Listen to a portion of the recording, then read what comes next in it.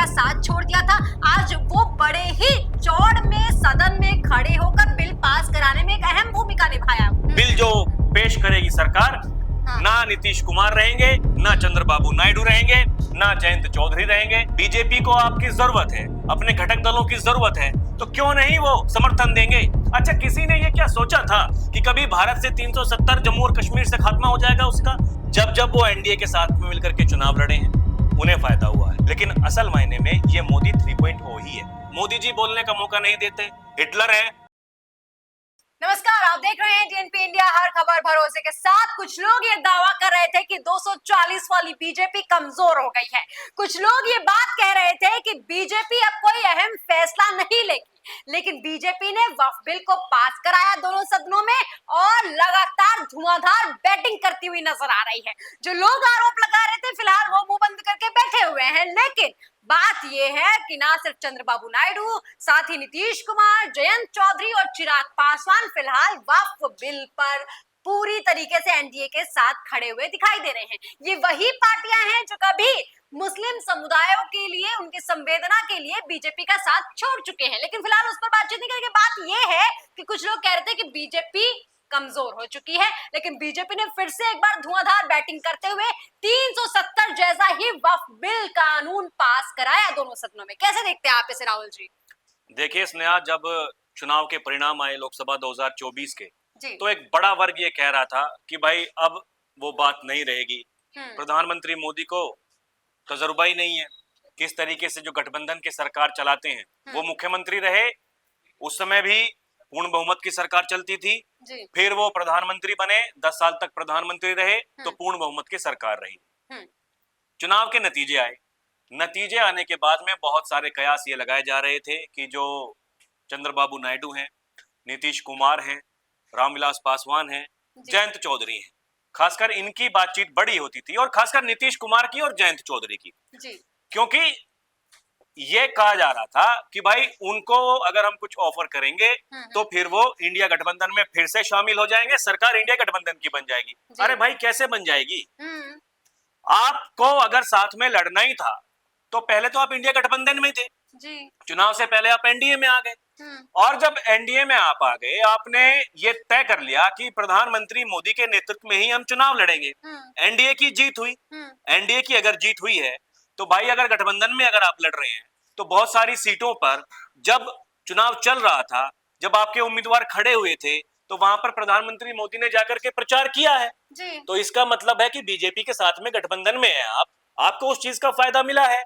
अब वो भले ही बीजेपी हो या फिर बीजेपी के घटक दल हो, कुछ जगहों पर क्या होता है कि जो क्षेत्रीय दल है वो वहां पर मजबूत होते हैं, लेकिन कुछ जगहों पर बीजेपी का जहां जनाधार मजबूत है वहां बीजेपी मजबूत है, तो उसी का तो वोट मिला है। जी बिल्कुल, जनता जनार्दन ने यही सोच करके तो वोट किया है।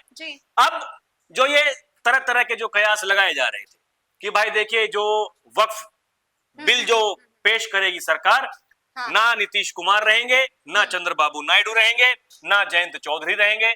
अरे भाई, आप उनके साथ में सरकार में हैं, आपको कई मंत्री पद दे रखे हैं, इसके बावजूद जब सरकार को आपकी जरूरत है, बीजेपी को आपकी जरूरत है, अपने घटक दलों की जरूरत है, तो क्यों नहीं वो समर्थन देंगे? ये सवाल नहीं है क्या? बिल्कुल। और यहाँ एक बड़ी सीख उन लोगों के लिए भी है कि जो 99 सीट लेकर के और ये सोच रहे थे कि भाई देखिए, भले ही सरकार बन रही हो बीजेपी और घटक दलों की, लेकिन राजा तो देश के वही है, और जिस तरीके से बाजू चढ़ा करके संसद में आ रहे थे और जिस तरीके से संविधान लेकर के हाथ में चल रहे थे, जो बार बार संविधान का पाठ पढ़ाया जा रहा था, अब क्या हो गया?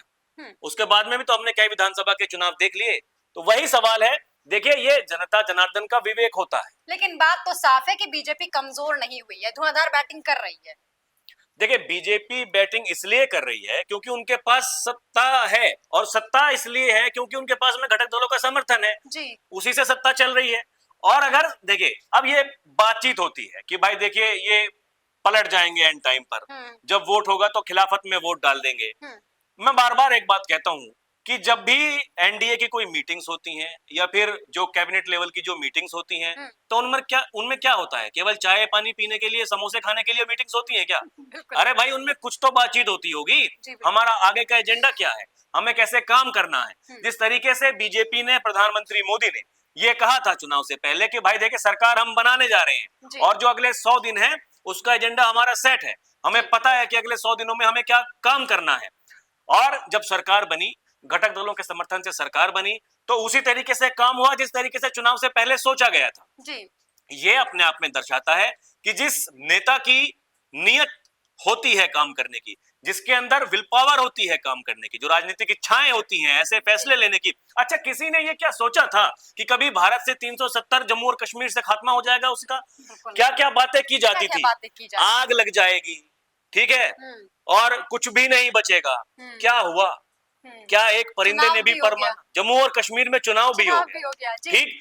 वही जो आपके खिलाफ में चुनाव लड़ रहे थे उन्हीं की सरकार बनी, और वही आज जो मुख्यमंत्री हैं उमर अब्दुल्ला, वो तारीफ करते हैं बीजेपी की और प्रधानमंत्री मोदी की। वो कहते हैं कि भाई जिस पारदर्शिता के साथ में वहां पर चुनाव हुआ वो काबिले तारीफ है, क्योंकि वो चुनाव जीत गए। लेकिन अगर वो चुनाव हार गए होते तो फिर वही सवाल उठा रहे होते। तो ये देखिए अब बहुत कुछ क्लियर हो चुका है इसने, अब पहले वाला माहौल नहीं रह गया जनता के बीच में। जो पहले की तरह जो मुद्दे चला करते थे अब वो मुद्दे नहीं चलते हैं। बीजेपी अगर वक्फ बिल लेकर के आई उसमें संशोधन करने के लिए, तो उनकी एक इच्छा थी, उनकी एक नीति थी, उनको ये दिखाना था कि भाई देखिए हम क्या कर सकते हैं। आप हमें ऐसा मत सोचिए, देखिए अगर उसको पास कराना होता तो पहले ही करा लेते, उसको जेपीसी में भेजा, ठीक, वहां पर जो विचार विमर्श हुआ, उसके बाद में फिर से कैबिनेट ने उसको मंजूरी दी, फिर सदन की पटल पर उसको लाया गया। पहले कहा गया कि 8 घंटे चर्चा होगी, फिर कहा गया 10 घंटे चर्चा होगी, फिर कहा गया 12 घंटे चर्चा होगी। रात को 2:30 बजे वो बिल वहां पर पारित हो रहा है। आप इससे अंदाजा लगा सकती हैं। अब देखिए कुछ लोग ये कहते हैं कि भाई देखिए बोलने का मौका नहीं दिया जाता, मोदी जी बोलने का मौका नहीं देते, हिटलर है। तो एक भाई बोलिए ना, घंटे दूसरी जगह 13 घंटे, इतनी लंबी बहस हुई किस बात? अभी देखिए बोलिए ना आप। अब देखिए वही मैं कहता हूं कि इनका विवेक देखिए, ये सोचते क्या है। जो टीएमसी की सांसद है महुआ मोइत्रा, उन्होंने कहा कि ये बिल जो पास हुआ है ये कोई लोकतंत्र के हिसाब से नहीं हुआ है, सरकार के पास में समर्थन था, सरकार ने इसको पास करा लिया, लेकिन जो जनहित है वो इसमें है ही नहीं। बहुत सारे ऐसे नेता हैं, बहुत सारी ऐसी पार्टियां हैं जो उसके खिलाफ थी। अरे ये क्या आज पहली बार ऐसा कोई बिल पास हुआ है क्या? इससे पहले जब सरकार हुआ करती थी विपक्ष की, कोई सी भी बड़ी पार्टी जब सरकार में थी, तो क्या इससे पहले कोई ऐसे संख्या बल के हिसाब से कोई बिल पास नहीं हुआ करते थे? तो ये दिखाता है, ये दर्शाता है कि आप हताशा क्या है आपकी, आपको क्या हो गया है और आपके साथ क्या होने वाला है अगले कुछ दिनों में। लेकिन एक बात और है कि बहुत सारे लोग कह रहे थे कि अब बीजेपी बैसाखी पर है, अब बीजेपी अपने घटक दल के कंधों पर चल रही है। यहाँ तक कि कुछ लोगों ने ये भी बोल दिया कि मोदी शाह का खेल खत्म, वक्फ बिल पर एनडीए में बगावत का तूफान। कुछ लोग ऐसी भी बातें देखिए, ये कुछ ऐसे तथा कथित जो पत्रकार हैं, जो अपने आप को पत्रकार मानते हैं, मैं अक्सर स्नेहा ये बात कहता हूं कि पता नहीं इनके कौन से वो सूत्र हैं जो इन्हें ये खबर देते हैं। ये बार बार देखिए, कभी योगी आदित्यनाथ की कुर्सी खतरे में हो जाती है, कभी प्रधानमंत्री मोदी अपनी कुर्सी पर नहीं होने वाले होते हैं, ठीक, कभी कुछ हो जाता है, कभी कुछ हो जाता है, कुछ भी बोल रहे होते हैं। तो देखिए ये अब दो तरह की जनता जनार्दन होती है, एक जो मोदी को पसंद करती है, एक जो मोदी को पसंद नहीं करती। किसी राज्य में अगर आप चले जाओ, उत्तर प्रदेश को ले लो, एक जो योगी आदित्यनाथ को पसंद करेंगे, एक वो वर्ग होगा जो योगी आदित्यनाथ को पसंद नहीं करेंगे। अच्छा, अब ये बंटवारा जो इस तरह का हो गया है, अब उनको कुछ ना कुछ तो चाहिए, क्योंकि वो अपने मुंह से ये नहीं बता सकते कि भाई देखिए बीजेपी क्या काम कर रही है, सरकार क्या काम कर रही है, सरकार की क्या उपलब्धियां हैं। अगर वो ऐसा कर देंगे तो उनकी पत्रकारिता के खिलाफ वो माना जाएगा, ठीक। तो उन्हें यही सब ढूंढना होता है कि बीजेपी के भीतर सब कुछ ठीक नहीं चल रहा है, डबल इंजन के भीतर सब कुछ ठीक नहीं चल रहा है। एक इंजन है केंद्र का, एक इंजन है राज्य का, दोनों आपस में टकरा रहे हैं, दोनों आपस में लड़ रहे हैं। तो इनके पास में इसके अलावा और कुछ मुद्दे है ही नहीं। हम लगातार ये देख रहे थे, जिस दिन संसद में जब बहस चल रही थी, तो ये फिर भी उसी थंबनेल्स के साथ में नीतीश ने कर दिया खेला, पलटी मार दी नायडू ने, हो गया बड़ा खेल संसद में, सरकार चारों खाने चित। तो ये आप कब तक ऐसा करेंगे? लेकिन सवाल तो ये है कि आप देखिए, मैं बीजेपी ऐसी पार्टी है जहां क्या होने वाला है अगले पल किसी को कुछ नहीं पता होता। पहले क्या होता था, पहले की सरकारों में किसकी सरकार बन रही है, कौन मुख्यमंत्री बनेगा, कितने मंत्री शपथ लेंगे, सबकी लिस्ट पहले ही जारी हो जाया करती थी। लेकिन आजकल देखिए सवाल पूछते रह जाते हैं कि भाई साहब हमारी दुकान भी चलने दीजिए, थोड़ा हमें भी बता दीजिए। जिसकी सबसे ज्यादा संभावनाएं होती हैं उसके हाथ में पर्ची थमा दी जाती है कि भाई जाइए जाकर के अनाउंस कर दीजिए। तो ये दर्शाता है कि पार्टी की नीति कैसी है, या देखिए पार्टी की, क्योंकि देखिए संगठन की पार्टी है, बहुत बड़ा संगठन है। संसद में अभी बातचीत हो रही थी, अखिलेश यादव जी ने पूछा कि भाई आप विश्व की सबसे बड़ी पार्टी हैं, आप अपना राष्ट्रीय अध्यक्ष तय नहीं कर पा रहे हैं। तो अमित शाह जी ने क्या कहा? अमित शाह जी ने कहा कि देखिए हम ये 5 आदमियों की पार्टी नहीं है कि परिवार के 5 आदमी बैठे एक कमरे के भीतर में ये निश्चय कर दिया कि भाई साहब ठीक है आप राष्ट्रीय अध्यक्ष हैं और जब तक आप जिएंगे आप ही राष्ट्रीय अध्यक्ष रहेंगे जी। संगठन की पार्टी है, बहुत सारे काम होते हैं, कई करोड़ कार्यकर्ता हैं, उन्हीं में से किसी को चुनना है, सबकी सलाह ली जाती है और यही काम करने का तरीका भी है। संगठन की बात अगर कर लें या फिर आप सरकार की बात कर लें, आपको काम किस तरीके से करना है, आपकी नीयत कैसी है, और अगर जनता जनार्दन को आपकी नीयत पर भरोसा हो गया है तो फिर आपको कोई रोकने वाला है नहीं। अच्छा, जिन नेताओं की तस्वीरें हमारे पीछे लगी हुई है, इसमें जयंत चौधरी हैं, चिराग पासवान है इसमें, और इसके साथ ही चंद्रबाबू नायडू हैं, नीतीश कुमार हैं, ये ऐसे एकनाथ शिंदे, ये सभी लोग जो हैं एक समय पर मैं कहना चाहूंगी कि कभी ना कभी बीजेपी का साथ छोड़ दिया है, लेकिन आज बड़े ही चौड़ में सदन में खड़े होकर बिल पास कराने में अहम भूमिका निभाई है इन लोगों ने। तो इसे आप कैसे देखते हैं, क्या मजबूरी रही होगी? देखिए मजबूरी हर किसी पार्टी की अपनी अपनी मजबूरियां होती हैं जी। अगर हम बात करें चंद्रबाबू नायडू की जी। तो जब जब वो एनडीए के साथ में मिलकर के चुनाव लड़े हैं उन्हें फायदा हुआ है जी। और जब जब उन्होंने गठबंधन तोड़ा है, जब जब वो अलग लड़े हैं तब तब उन्हें नुकसान हुआ है। और इसकी सबसे बड़ी बात है, अब देखिए इनके बेटे हैं, राजनीति में उनको स्थापित करना है जी। और ये तब तक मुमकिन नहीं होगा जब तक आप या तो केंद्र के साथ में मिलकर के काम कर रहे हैं, और सबसे बड़ी बात जो कि आंध्र प्रदेश में उभरते हुए नेता पवन कल्याण हैं, इस समय वो उप मुख्यमंत्री हैं, वो केवल सनातन की बात करते हैं। उन्होंने पूरे चुनाव सनातन की बात करी। ठीक, उसके देखिए बीजेपी की भी थीम लाइन वही है, उसका भी बीजेपी भी उसी पर बात करती है और उसी में गठबंधन में चुनाव लड़के अगर आप चुनाव जीत जा रहे हैं तो आप क्यों नहीं बीजेपी के साथ रहेंगे जी? आपको पता है ना भाई, अब विधानसभा का लोकसभा का चुनाव एक साथ हुआ था। हाँ जी। और विधानसभा में भी और लोकसभा में भी एनडीए को फायदा हुआ, तो इसका मतलब यह है कि अगर आप बीजेपी के साथ में मिलकर के चुनाव लड़ रहे हैं तो आपको फायदा होगा।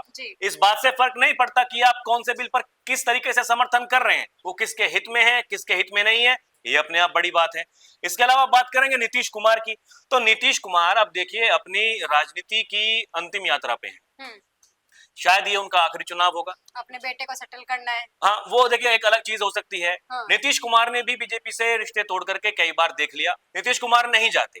अगर उनके मन में ये ख्याल ना आया होता कि भाई हम एक इंडी गठबंधन बनाएंगे और उसके सूत्रधार हम होंगे तो फिर हमें प्रधानमंत्री बनने का मौका मिलेगा, लेकिन वहां पर बहुत सारे ऐसे नेता हैं जो कि नहीं चाहते कि भाई नीतीश कुमार प्रधानमंत्री बने, क्योंकि देखिए सबकी अपनी अपनी राजनीतिक महत्वाकांक्षाएं होती हैं। जी बिल्कुल, वही कारण है। अब नीतीश कुमार ने देख लिया, इनको भी पता है कि अगर आप बीजेपी के साथ में नहीं रहेंगे तो भाई साहब आपका कुछ होने वाला है नहीं। ठीक, भाई साहब है शिंदे साहब, अब देखिए शिंदे साहब ने तो जो पूरी पार्टी को खत्म ही कर दिया, पार्टी का चिन्ह ना उनके पास में है, पार्टी का नाम उनके पास में है, और ये कहा जाता है कि जो विरासत है बाला साहेब ठाकरे की वो भी इनके साथ में है, तो ये इसको तोड़ करके कहां जाएंगे, ये क्या करेंगे? सबसे बड़ी बात, जिस समय पार्टी तोड़ करके आए थे पार्टी ने इनको सीएम बनाया, कम विधायक होने के बावजूद पार्टी ने इनको सीएम बनाया।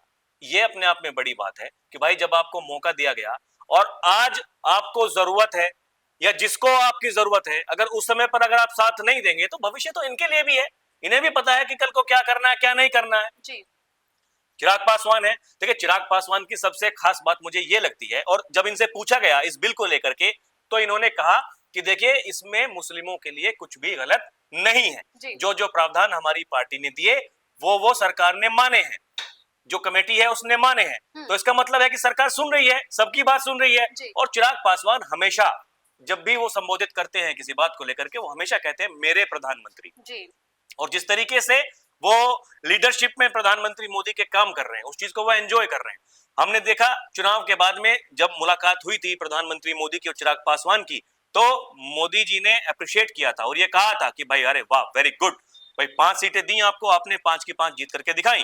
तो वो रिश्ता जो है, वो बॉन्ड जो है, वही ये दर्शाता है कि भाई अगर आपका साथ दिया है प्रधानमंत्री ने, आपके चुनावी क्षेत्र में वो गए हैं चुनाव प्रचार करने के लिए, आपको जरूरत थी तो वो गए, तो जब आपकी जरूरत किसी को है तो क्या आप साथ में नहीं देंगे?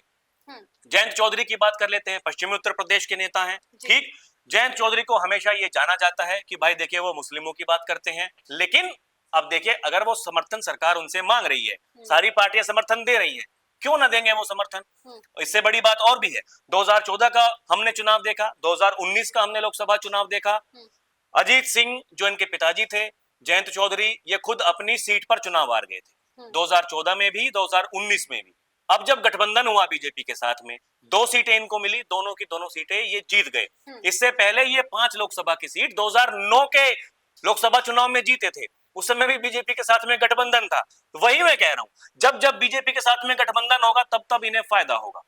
तो इसलिए ये सारी की सारी बात है, नेताओं को ये पता होता है भाई जनता क्या सोच रही है, क्या वो करने वाली है, उनका विवेक कैसे काम कर रहा है, इसलिए जरूरी हो जाता है। अब ये खबरें तो चलती रहती हैं, जिनको खबरें चलानी है वो चलाएंगे, लेकिन सच्चाई इसके कहीं अलग है, और ये दर्शाता है कि जिस तरीके से जो मैनेजमेंट है, तो चाहे वो प्रधानमंत्री मोदी का हो या फिर वो गृह मंत्री अमित शाह का हो, उन्हें पता था कि हम इस बिल को हम लेकर के आएंगे और इसको पास कराएंगे। आपको क्या लगता है कि एक दिन में सपना आया होगा गृह मंत्री को रात को सोते सोते कि भाई ठीक है, हम जो वक्फ बोर्ड है उसमें संशोधन करेंगे, कुछ हम एक नया कानून बनाएंगे? ये एक दिन की बात है, ये सब कुछ पहले से, हाँ, ये पटकथा पहले ही लिखी जा चुकी थी, सब कुछ एकदम तैयार था, बशर्ते जो इनके घटक दल हैं उनको समझाया गया कि भाई साहब ऐसा नहीं है, आप समझिए इससे क्या होगा क्या नहीं होगा। कुछ चीजें ऐसी होती हैं जब सरकार में आने के बाद, जब आपको जिम्मेदारियां मिलती हैं, तब आपको पता चलता है कि भाई यहाँ इसकी हकीकत है क्या। लेकिन कहीं ना कहीं आप इस बिल को पास होना ऐसे भी देख सकते हैं कि ये एक संदेश है उन लोगों के लिए जो लोग कह रहे थे कि बीजेपी बैसाखी पर है, बीजेपी की बात कोई घटक दल नहीं मानेगा, या ऐसे कई सारी बातें कर रहे थे। कहीं ना कहीं उन लोगों के लिए एक बहुत साफ स्पष्ट संदेश है कि भाई देखिए, ना बीजेपी एक बिल की चर्चा करती है, बल्कि उनके घटक दल जो है वो बड़े चौड़ में खड़े होकर सदन में साथ दे रहे होते हैं, और वो जानते हैं कि उसका क्या प्रभाव होगा क्या प्रभाव नहीं होगा, लेकिन फिर भी वो बीजेपी के साथ खड़े हैं। ये एनडीए की ताकत है। बिल्कुल ये दर्शाता है कि ये एनडीए की ताकत है, और क्योंकि देखिए यही गठबंधन का धर्म यही होता है, जब जिसको जिसकी जरूरत होती है तो आपको उसका साथ देना ही पड़ेगा। आप नहीं साथ देंगे तो कल को देखिए, क्योंकि राजनीति संभावनाओं का खेल है, दौर होता है हर किसी नेता का, तो उस दौर में अगर आप साथ देंगे तो कल को आपके लिए भी कुछ ना कुछ बढ़िया ही होगा। और ऐसा यही जो गठबंधन में आप जब भी देखिए, गठबंधन के साथ में जब आप रह रहे हैं, आप काम कर रहे हैं, आप जब भी दगा करेंगे तो कुछ ना कुछ आपके साथ में गलत होता ही है, और हमने ऐसा कई बार पहले देखा है। अब ये जो सरकार है, ये भले ही इसमें 240 सीटें बीजेपी की हों, एनडीए की सरकार कहा जाता है, लेकिन असल मायने में ये मोदी 3.0 ही है।